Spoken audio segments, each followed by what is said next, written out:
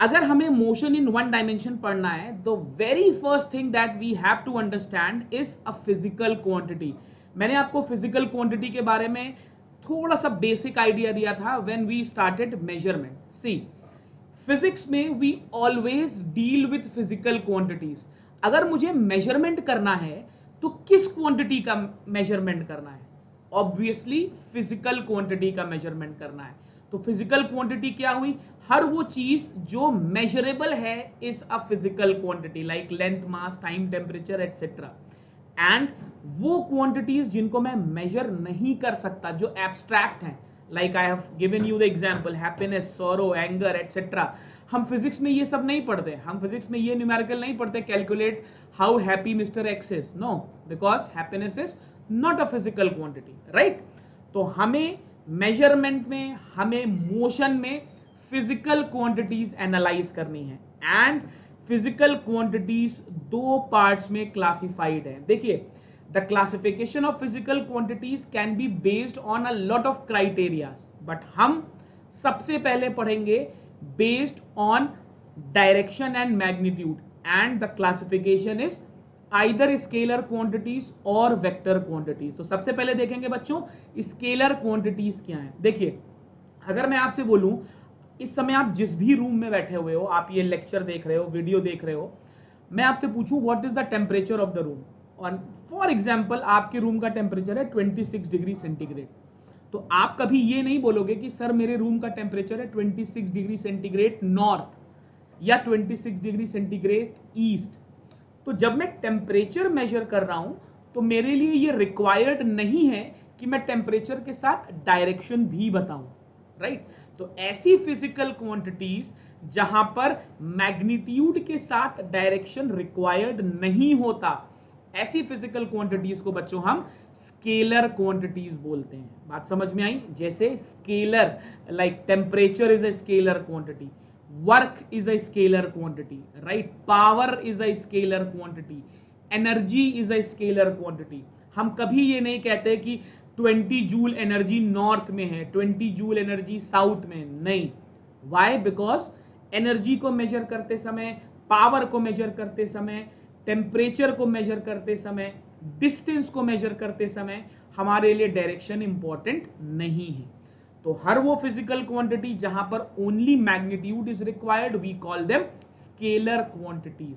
I have written this in the slide, you can clearly see, and आप important notes भी ले सकते हो. ठीक, अब स्केलर क्वांटिटीज के साथ एक खास बात होती है, मैं उन्हें डायरेक्टली ऐड या मल्टीप्लाई, सब्सट्रैक्ट कुछ भी कर सकता हूं. मतलब जितने भी अरिथमेटिकल ऑपरेशंस मैंने आज तक पढ़े, एडिशन, सब्सट्रैक्शन, मल्टीप्लिकेशन, डिवीजन, मैं सीधे कर सकता हूं. जैसे मैं आपसे बोलूं एक बॉडी ए ने 20 जूल वर्क किया या एनर्जी है, एक बॉडी बी के पास 30 जूल एनर्जी है, तो टोटल कितनी एनर्जी हुई? तो आप कह दोगे sir total energy 20 plus 30 is equal to 50 joule. यहां पे आपको कुछ नहीं सोचना, सीधे ऐड कर देना है. बात समझ में आ रही है? या मैं आपसे बोलूं what is the difference in the energy content of B and A, तो आप सीधे बोल दोगे sir B minus A is 30 minus 20 that is 10 joule. तो जब मैं स्केलर क्वांटिटीज की बात करता हूं तो मैं सीधे मैथ्स अप्लाई कर देता हूं जैसे मैं आज तक पढ़ता आ रहा हूं. उसके बाद दूसरी क्वांटिटीज आती हैं, दोज आर वेक्टर क्वांटिटीज. अब यहां पर इंपॉर्टेंट है. कैसे? जैसे मैं आपसे बोलूं, इसको एक बहुत रियलिस्टिक एग्जांपल से समझते हैं. मैं आपसे बोलूं कि आपके घर से आपका स्कूल 3 किलोमीटर है. ठीक, आप अपने घर से जब स्कूल जाते हो तो 3 किलोमीटर आप चलोगे तो स्कूल आ जाएगा. अब अगर आप अपने घर का दरवाजा खोलो, you just move out of the gate and you start walking 3 kilometre, तो क्या हर 3 किलोमीटर पे आपका स्कूल आएगा? बिल्कुल नहीं आएगा. अगर मैं आपसे बोलूं कि आपके घर से मैकडॉनल्ड्स 2 किलोमीटर की डिस्टेंस पे, तो क्या हर 2 किलोमीटर चलने के बाद मैकडॉनल्ड्स आ जाएगा? नहीं आएगा. दैट मीन्स अगर आपको किसी स्पेसिफिक पॉइंट पर पहुंचना है तो आपको साथ में डायरेक्शन भी बताना पड़ेगा. आई गेस आपको मेरी बात समझ में आ रही है. हर 2 किलोमीटर पे you not getting a McD, at every 3 kilometers you're not going to reach your school, so you have to follow a specific path, you have to move in a particular direction. जब आप Google maps देखते हो, जब आप when you are traveling and you are kind of locating any position, तो आप क्या देखते हो? You just see कि point A and point B is this much at this much distance, and then in the map they show you the path.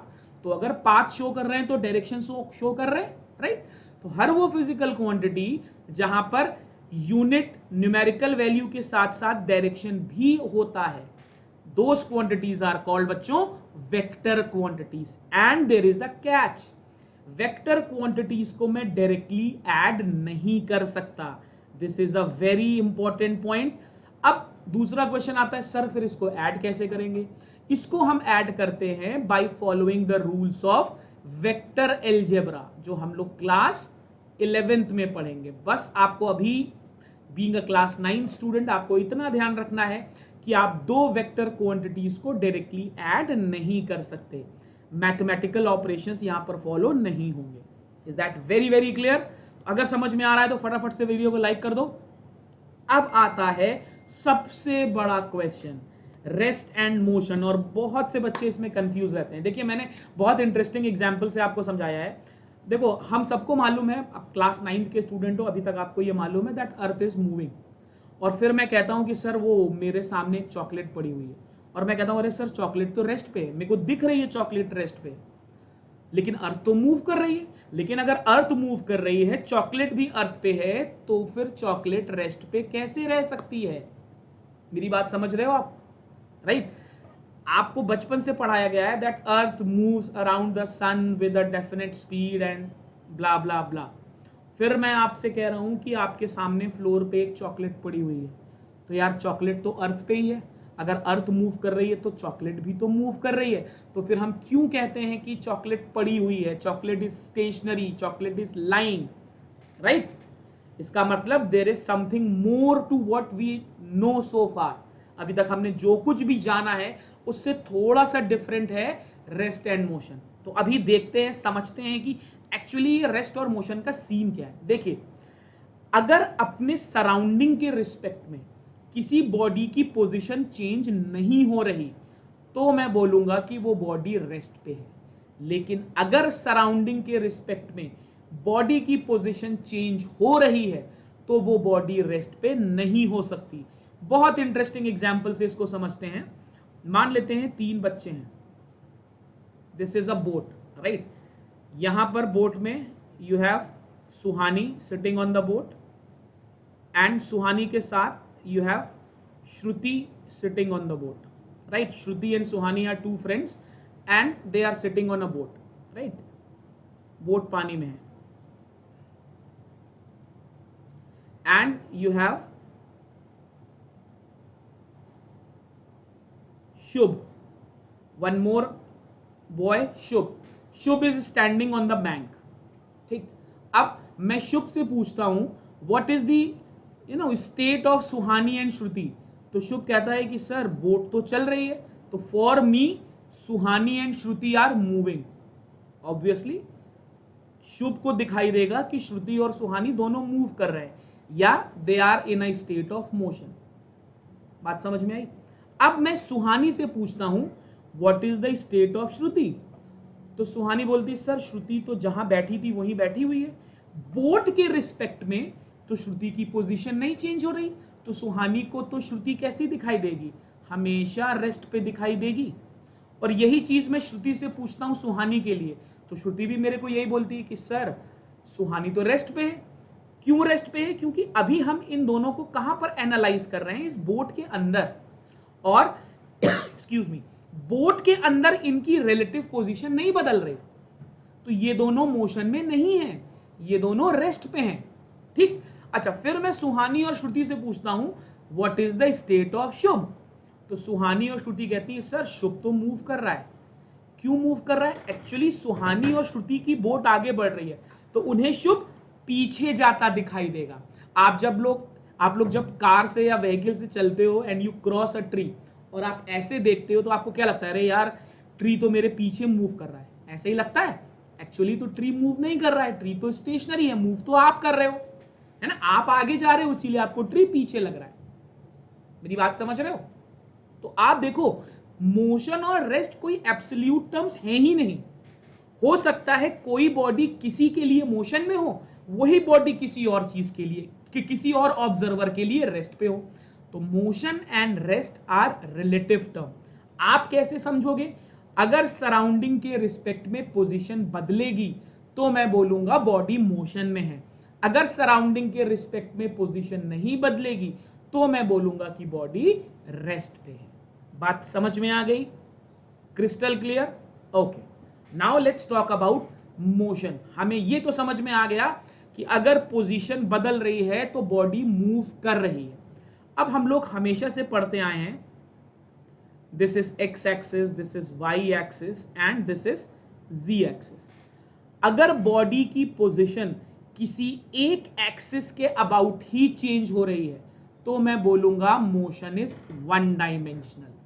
मतलब अगर body aches पे move कर रही है तो फिर एक्स पे ही मूव कर रही है, वाई के रिस्पेक्ट में उसकी पोजीशन नहीं बदल रही। जैसे पुराने एग्जाम्पल में अगर मैं आपसे कहूं कि इस एक्सिस के अबाउट वर्टिकल डायरेक्शन में श्रुति और सुहानी मूव कर रहे हैं, नहीं मूव कर रहे हैं। वर्टिकल डायरेक्शन में ये लोग नहीं मूव कर रहे हैं, ये लोग किधर मूव कर रहे हैं? हॉरिजॉन्टल डायरेक्शन में। ठीक है, तो मोशन इन वन डायमेंशन का मतलब हुआ बॉडी किसी एक एक्सिस के अबाउट ही मूव कर रही है। वो प्लस एक्स भी हो सकती है बच्चों, वो माइनस एक्स भी हो सकती है, वो प्लस वाई भी हो सकती है, माइनस वाई भी हो सकती है, प्लस जी भी हो सकती है और माइनस जी भी हो सकती है, लेकिन बॉडी मूव केवल एक ही एक्सिस के अबाउट करेगी इन वन डायमेंशनल मोशन। फिर मैं आपसे बोलता हूं कि राघव एक बच्चा है, राघव ने एक बॉल फेंकी ऐसे। अब मुझे बताओ बॉल कैसे जाएगी? बॉल ऐसे जाएगी और ऐसे आके गिर जाएगी।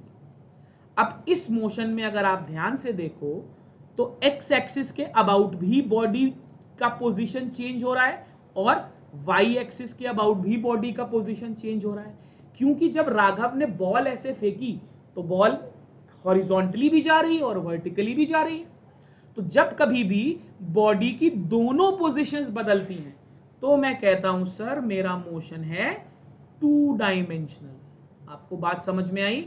The difference between one dimensional and two dimensional motion, right? अगर मैं आपसे कहूं ये एक टावर है और यहां से एक बॉल ऐसे फेंक दी गई तो ये हुआ वन डायमेंशनल मोशन। फिर मैं कहूं ये एक टावर है, यहां से एक बॉल ऐसे फेंकी गई तो बॉल ऐसे गिरेगी, ये हो गया to dimensional motion. Is that very very clear? चाहे वन डायमेंशनल मोशन हो चाहे टू डायमेंशनल मोशन हो, there are certain terms that we have to study. The first being distance and displacement. देखिए मैंने चार्ट के थ्रू आपको ये समझाया है, इससे आपको समझने में कोई प्रॉब्लम नहीं होगी। अब वापस से समझते हैं क्या है। फॉर एग्जाम्पल एक बच्चा है जिसका नाम है युग, बहुत शैतान बच्चा है। अब युग एक कोचिंग में पढ़ता है जिसका नाम है नैमिश ट्यूटोरियल्स। एक कोचिंग है जिसका नाम है नैमिश। युग के घर से कोचिंग का डिस्टेंस है से 2 किलोमीटर्स।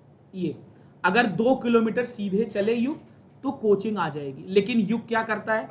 युग घर से निकलता है, पहले अपने एक दोस्त के पास जाता है, पूछता है और भाई क्या हाल चाल है, सब थोड़ी बहुत गप्पे मारता है। फिर यहाँ से एक और दोस्त के पास जाता है, यहाँ पर आइसक्रीम खाता है, फिर घूमते हुए कोचिंग आता है। तो अब अगर आप ध्यान से देखो तो युग ने जो टोटल डिस्टेंस ट्रेवल किया वो क्या है? यहां से गया युग, पहले अपने दोस्त के यहां, फिर दूसरे दोस्त के यहां आइसक्रीम खाई, फिर आया कोचिंग।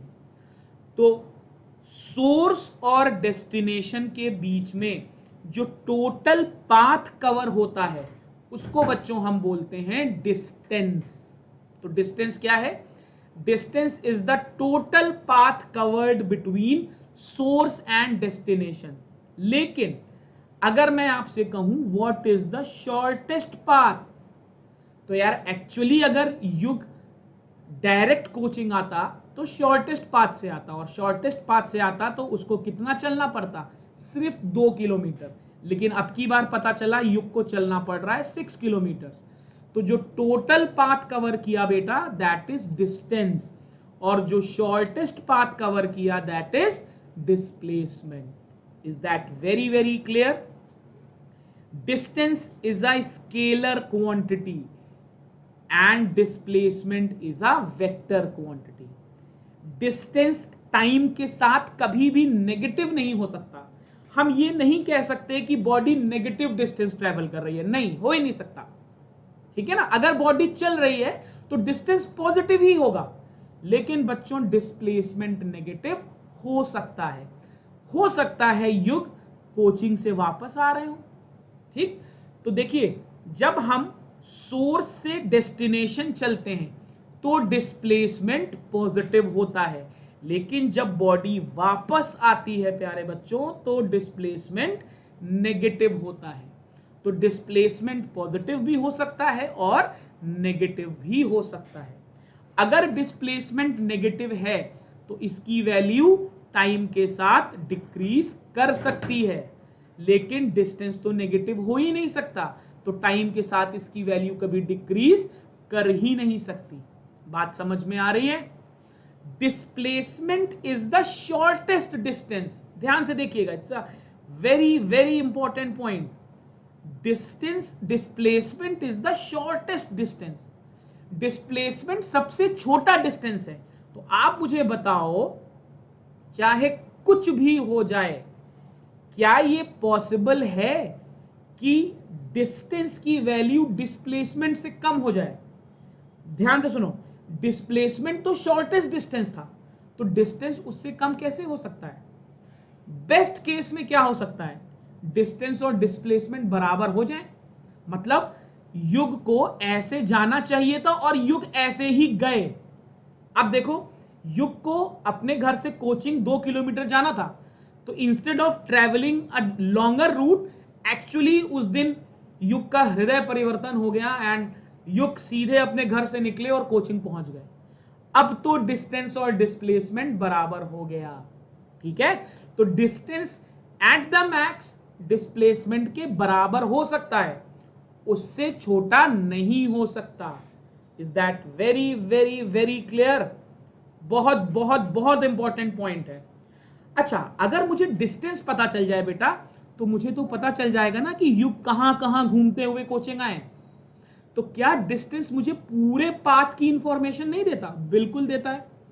डिस्टेंस मुझे पूरे पाथ की इंफॉर्मेशन देता है, मुझे बताता है कि एक्चुअली कौन सा रास्ता ट्रेवल हुआ है, लेकिन डिस्प्लेसमेंट मुझे पाथ नहीं बताता, क्योंकि वो तो शॉर्टेस्ट है। मुझे मालूम है वो एक ही तरफ ही होगा। भाई, 2 पॉइंट के बीच की जो शॉर्टेस्ट डिस्टेंस है वो तो एक ही होगी। ऐसा थोड़ी हो सकता है कि 2 पॉइंट के बीच में 3-4 शॉर्टेस्ट डिस्टेंसेस हो गई, नहीं, वो तो एक ही होगी। तो डिस्प्लेसमेंट तो फिक्स है, पाथ से कोई लेना देना नहीं, वो तो एक ही पाथ होगा। मेरी बात समझ में आ रही है सबको? अगर आ रही है तो फटाफट से लेक्चर को लाइक कर दो, शेयर करो, और अगर अभी तक चैनल को सब्सक्राइब नहीं किया है तो चैनल को सब्सक्राइब कर दीजिए, ठीक। अब युग यहां से चलते हैं, कोचिंग जाते हैं और कोचिंग से लौट आते हैं। डिस्प्लेसमेंट क्या हुआ? डिस्प्लेसमेंट हो गया बेटा 0। क्यों? क्योंकि डिस्प्लेसमेंट तो इनिशियल और फाइनल पॉइंट के बीच का सबसे छोटा डिस्टेंस है।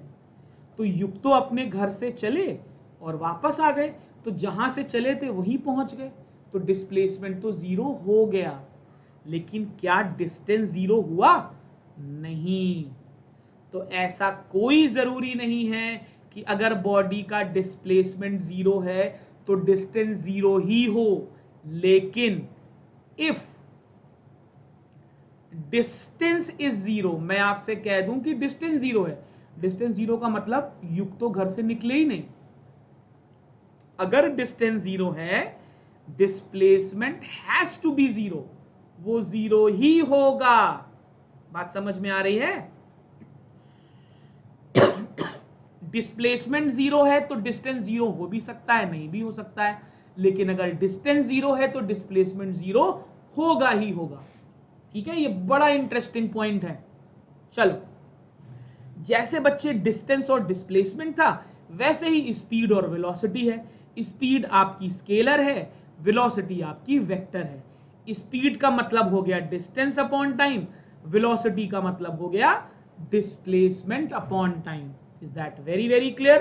तो स्पीड मुझे डिस्टेंस ट्रेवल्ड बताएगी, with respect to time, velocity मुझे डिस्प्लेसमेंट बताएगी, तो क्या मैं कह सकता हूं वेलोसिटी में डायरेक्शन होगा ही होगा? बिल्कुल होगा सर, क्योंकि ये तो वेक्टर क्वांटिटी है। बात समझ में आ रही है? यस। अब मैं आपसे कहूं वेलोसिटी का मैग्नीट्यूड क्या होगा, बहुत ध्यान से समझिए। अगर मैं आपसे पूछूं कि बेटा वेलोसिटी का मैग्नीट्यूड क्या होगा, तो बच्चे वेलोसिटी का मैग्नीट्यूड हमेशा स्पीड होगा। ये आपके बहुत इंपॉर्टेंट क्वेश्चंस में से एक है। मैग्नीट्यूड और डायरेक्शन दो चीजें होती हैं क्वांटिटी में। जब स्पीड में, देखिए, जब मैं स्पीड में डायरेक्शन ऐड कर देता हूं तभी तो मुझे वेलोसिटी मिलती है। Speed plus direction is equal to velocity. तो अगर वेलोसिटी से डायरेक्शन हटा दूंगा तो मुझे स्पीड मिलेगी। बात समझ में आई? अब स्पीड और वेलोसिटी दोनों कई टाइप्स की हो सकती हैं, जैसे यूनिफॉर्म वेलोसिटी। एक बच्चा है जिसका नाम है संचित। अब संचित पहले 2 सेकंड में 10 मीटर चल रहा है, अगले 2 सेकंड में फिर 10 मीटर चल रहा है, अगले 2 सेकंड में फिर 10 मीटर चल रहा है। तो क्या मैं कह सकता हूं कि संचित एक यूनिफॉर्म स्पीड से चल रहा है, सेम टाइम में सेम डिस्टेंस ट्रेवल कर रहा है। फिर एकदम से संचित का मन करता है कि अरे यार, पहले 2 सेकंड में मैं 10 मीटर चल रहा हूं और अगले 2 सेकंड में मैं 100 मीटर चलूंगा। तो क्या हुआ इसका मतलब? इसका मतलब संचित ने अपनी स्पीड बढ़ा ली। और अगर संचित ने अपनी स्पीड बढ़ा ली तो क्या अब ये यूनिफॉर्म वेलोसिटी से चल रहे हैं? बिल्कुल नहीं चल रहे, अब ये नॉन यूनिफॉर्म वेलोसिटी से चल रहे हैं। फिर एक दिन संचित का मन किया कि बाइक चलाएंगे, तो संचित ने क्या किया, बाइक निकाली और संचित ने चलना शुरू किया। 2 सेकंड के बाद संचित ने बाइक का स्पीडोमीटर देखा, टैकोमीटर, तो संचित को उसने स्पीड दिखाई 40 किलोमीटर पर आवर। ठीक। फिर थोड़ी देर बाद संचित का मन किया कि फिर से देखते हैं, तो अब की बार उनको स्पीड दिखाई दी 60 किलोमीटर पर आवर। तो आप देख रहे हो अलग अलग इंस्टेंट पे संचित जब टैकोमीटर स्पीडोमीटर देख रहे हैं तो उन्हें अलग अलग स्पीड दिखाई दे रही है। तो जब मैं किसी पर्टिकुलर इंस्टेंट पे स्पीड नापता हूं तो मैं उसे बोलता हूं instantaneous speed. Is that very very clear? जब स्पीड किसी पर्टिकुलर इंस्टेंट पे नापी जाती है तो उसको हम बोलते हैं बेटा इंस्टेंटेनियस स्पीड। तो इंस्टेंटेनियस स्पीड क्या हुई? किसी टाइम पर आपने स्पीड देखी। जो टर्म्स आप स्पीड के लिए पढ़ रहे हो यही टर्म्स अगर डायरेक्शन ऐड कर ले तो वेलोसिटी के लिए बन जाएंगे। तो उसको हम अलग से नहीं पढ़ रहे हैं। यूनिफॉर्म वेलोसिटी क्या होगी? Same velocity. नॉन यूनिफॉर्म बदल के वेलोसिटी। इंस्टेंटेनियस वेलोसिटी मतलब किसी इंस्टेंट पे वेलोसिटी। ठीक है, तो ये ध्यान रखेंगे, इंपॉर्टेंट टर्म है। अब एक और इंपॉर्टेंट, इनफैक्ट सबसे ज्यादा इंपॉर्टेंट टर्म जिस पर आपको न्यूमेरिकल भी मिलता है, what is average velocity? Average velocity का मतलब टोटल डिस्टेंस या डिस्प्लेसमेंट अपॉन टाइम। अब जरा एक बात सोच के देखो, अगर मैं आपसे कह रहा हूं कि संचित हमेशा 20 किलोमीटर पर आवर से ही चल रहे हैं, मतलब पहले 2 सेकंड में भी संचित की स्पीड 20 kmph थी, नेक्स्ट 2 सेकंड्स में भी संचित की स्पीड 20 kmph थी। तो इसका क्या मतलब हुआ कि संचित एक यूनिफॉर्म स्पीड से चल रहे हैं। अच्छा, यूनिफॉर्म या कांस्टेंट स्पीड से जब संचित चल रहे हैं तो जब सभी 20s का मैं एवरेज निकालूंगा तो एवरेज भी तो 20 ही आएगा, क्योंकि 20 की वैल्यू तो कभी चेंज ही नहीं हुई। या अगर मैं कभी इंस्टेंटेनियस मीटर देख लूं तो भी तो मुझे 20 दिखाई देगा। तो बच्चे, अगर बॉडी, ये बहुत बहुत इंपॉर्टेंट पॉइंट है, अगर बॉडी एक यूनिफॉर्म स्पीड से चल रही है तो यूनिफॉर्म स्पीड, इंस्टेंटेनियस स्पीड और एवरेज स्पीड तीनों बराबर होंगे। Is that very very clear? अब अगर टाइम के साथ संचित की स्पीड बढ़ रही है तो मैं बोलूंगा कि संचित एक्सिलरेट कर रहे हैं. What is acceleration? Acceleration is change in velocity. ध्यान से समझिएगा, acceleration is change in velocity with respect to time. अब बच्चे वेलोसिटी क्यों चेंज होगी? वेलोसिटी एक वेक्टर क्वांटिटी है. हो सकता है वेलोसिटी का मैग्नीट्यूड चेंज हो रहा हो सकता है, बिल्कुल हो सकता है. जैसे एक कार ट्रैफिक में चल रही है तो कांस्टेंट स्पीड से तो नहीं चल सकती. जब ट्रैफिक कम है तो स्पीड या वेलोसिटी ज्यादा है, जब ट्रैफिक ज्यादा है तो कम है. या मैं आपसे बोलूं एक बॉडी सर्किल में मूव कर रही है तो डायरेक्शन बदल रहा है. समझिएगा, अगर एक बॉडी सर्किल में मूव कर रही है तो हर पॉइंट पे बॉडी का डायरेक्शन बदल रहा है. देख रहे हैं आप? तो अगर वेलोसिटी वेक्टर क्वांटिटी है और उसका डायरेक्शन बदल रहा है, इसका मतलब वेलोसिटी भी बदल रही है. Is that very very clear? तो एक्सेलरेशन का मतलब होता है change in velocity upon time. अगर टाइम के साथ वेलोसिटी बढ़ती है तो एक्सेलरेशन, अगर टाइम के साथ वेलोसिटी घटती है तो रिटार्डेशन. ऐसा भी तो हो सकता है कि टाइम के साथ वेलोसिटी डिक्रीज करे. पहले आप बहुत तेज चल रहे थे, फिर आपने ब्रेक लगा दिया, वेलोसिटी कम हो गई. ऐसे केस में हम बोलते हैं बॉडी इज अंडर रिटार्डेशन. तो एक्सेलरेशन और रिटार्डेशन का मतलब होता है बॉडी की वेलोसिटी टाइम के साथ बदल रही है. अब एक और टर्म आता है, दैट इज, अब यहां पे देखिए मैंने आपको समझा दिया, अगर पॉजिटिव एक्सेलरेशन है तो एक्सेलरेशन, अगर नेगेटिव है तो रिटार्डेशन.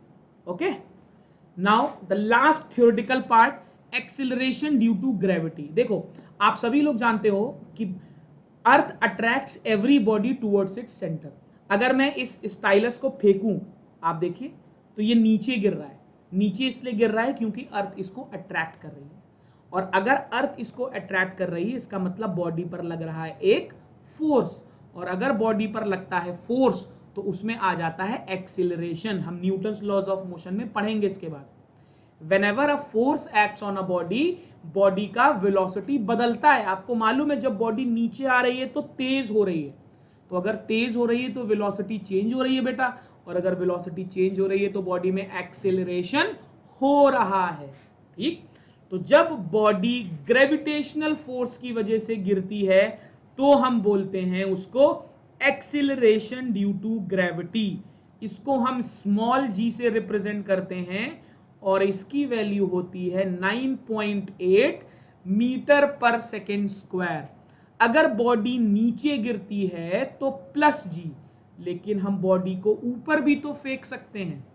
तो जब बॉडी ऊपर जाती है तो एक्सेलरेशन माइनस जी हो जाता है. नेक्स्ट सेक्शन बेटा न्यूमेरिकल का होगा तो उसमें ये बहुत ज्यादा यूज होगा. अभी बस समझ लो इसको और नोट कर लो.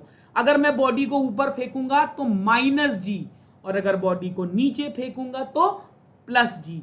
And one very very very important point, that g का वैल्यू कांस्टेंट नहीं होता. It is maximum at the poles and minimum at the equator. जैसे जैसे मैं ऊपर जाता जाऊंगा वैल्यू चेंज होता जाएगा. ठीक है, तो this is all about the terms related to motion in one dimension. This is our first question. A car travels first 30 kilometer with a uniform speed. That means first 30 kilometers. S1 का value आपको दिया हुआ है 30 kilometers with a speed of, first speed आपको दी हुई है 60 kilometer per hour, and the next 30, that means S2 का value आपको दिया हुआ है again 30 kilometers, और second set of speeds is 40 kilometre per hour. आपसे वो बोल रहा है find the total time of journey. तो टोटल टाइम ऑफ जर्नी कैसे निकालोगे? You can find T1. We know that distance is equal to speed into time. तो time will be equal to S1 upon U1, that is 30 upon 60 which is 1/2 hours. ऐसे ही हम T2 निकाल सकते हैं. The value of T2 will B S2 upon U2. What is S2 बेटा? S2 is 30. What is u2? u2 is 40, so this is 3/4 hours. इसको हम लिख सकते हैं 0.5 hours, right? इसको हम लिख सकते हैं 0.75 hours. Is that clear? What is the total time? अगर आपको hours में लिखना है तो t total will be in terms of hours, it will be 0.5 plus 0.75. This will be, आपको कुछ नहीं करना है, 0.50 में 0.75 को ऐड करना है. This will be 5, this will be 2, 1.25 hours. और अगर आपको इसी 1.2 hours को मिनट्स में कन्वर्ट करना है तो t minutes will be 1.25 into 1 hour is equal to 60 minutes. So this will be 75 minutes. Is that very very clear? तो अगर आपको hours में आंसर लिखना है तो this is the answer. अगर आपको minutes में लिखना है तो this is the answer.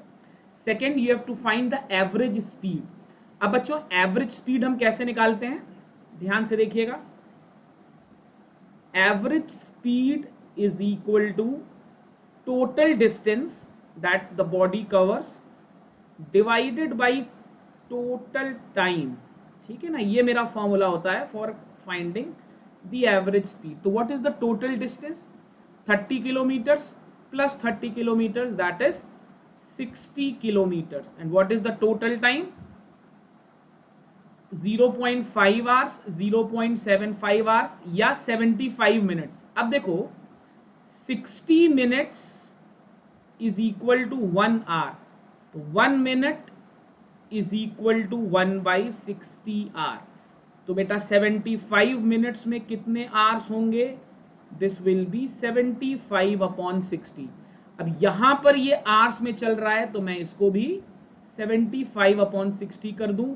This is 3600 divided by 75. This will come 48 kilometers per hour. So this is going to be the average speed. मैं सेलेना के ही क्वेश्चंस करा रहा हूं and few other questions as well. Is that very very clear? चलो अगला question करते हैं. A train takes 2 hours to reach station B from A. दो स्टेशन बना लेते हैं, एक स्टेशन A, एक स्टेशन B. क्वेश्चन कह रहा है B से A जाने में it is taking 2 hours. और फिर A से B वापस जाने में it is taking 3 hours, right? And the distance between A and B is 200 kilometers. This is 200 kilometers. आपसे पूछ रहा है average speed, तो it's very easy. What is average speed? Average speed is total distance. तो देखो बेटा, अगर train B से A जा रही है और फिर A से B वापस आ रही है, तो आप मुझे बताओ डिस्टेंस टोटल इसने कितना ट्रेवल किया. दोनों के स्टेशंस के बीच का डिस्टेंस 200 है, तो 200 गई होगी, फिर 200 वापस आई होगी, और टाइम कितना लगा? 2 घंटे जाने में और 3 घंटे आने में. तो दिस इज एवरेज स्पीड. कितना हो गया बेटा? एवरेज स्पीड हो गया आपका 400 divided by 5. This is 80 kilometers per hour. So this is your average speed. Is that very very clear? It's a very basic question. Second part में आपसे पूछ रहा है find the average velocity. अब बहुत से बच्चे यहां पर गलती कर देते हैं. देखिए, अगर आपको average velocity निकालना है बेटा, then what is the formula? Total displacement. ध्यान रखिएगा, यहां पर डिस्टेंस की बात नहीं हो रही है. It is total displacement upon time.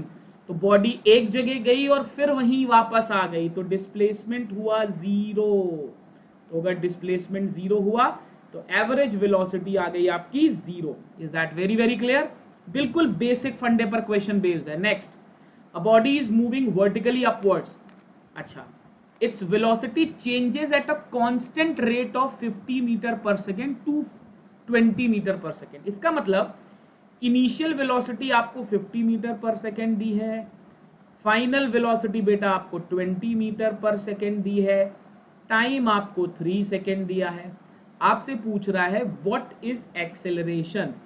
अब ये क्वेश्चन मैंने इसलिए सेलेक्ट किया क्योंकि 9th क्लास के बहुत से बच्चे पूछते हैं कि सर मेरा आंसर प्लस आ रहा है, माइनस आ रहा है, इसका मतलब क्या हुआ। देखो मैं आपको समझाता हूं। एक्सेलरेशन का वैल्यू बेटा हमेशा होता है final velocity minus initial velocity upon time. तो देखो बॉडी की वेलोसिटी पहले 50 थी, बाद में 20 हो गई, इसका मतलब बॉडी की वेलोसिटी डिक्रीज हो रही है। दैट मींस 20 माइनस 50 और कितने टाइम में, 3 सेकेंड्स में। तो you will get minus 30 upon 3, that is minus 10 metre per second square. ठीक है। अब एक बहुत इंपॉर्टेंट पॉइंट जो सभी बच्चों को हमेशा याद रखना चाहिए, नेगेटिव एक्सेलरेशन का मतलब होता है बेटा रिटार्डेशन। अब बच्चे कंफ्यूज करते हैं कि सर आंसर में -10 लिखूं या 10 लिखूं। देखो बेटा हमेशा ध्यान रखना, अगर आप आंसर में लिख रहे हो रिटार्डेशन, अगर इसी क्वेश्चन में आपसे पूछ लेता what is the retardation of the body, तो देखिए जब मैं रिटार्डेशन वर्ड यूज करता हूं ना, तो मैं ऑटोमेटिकली वो माइनस मान चुका हूं, मैं ये मान चुका हूं कि बॉडी की वेलोसिटी कम ही होगी। तो अगर मैं इसी क्वेश्चन में रिटार्डेशन का आंसर लिखूंगा तो लिखूंगा 10 मीटर पर सेकेंड स्क्वायर, लेकिन अगर मैं एक्सीलरेशन का आंसर लिखूंगा बेटा तो मैं लिखूंगा -10 मीटर पर सेकेंड स्क्वायर।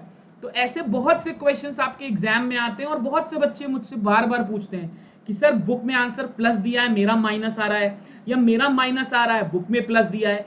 तो बेटा जब जब बुक में रिटार्डेशन पूछेगा तो आंसर माइनस में नहीं लिखेगा, और जब जब तुमसे एक्सेलरेशन पूछेगा और वेलोसिटी डिक्रीज हो रही है तो आंसर माइनस में ही लिखेगा।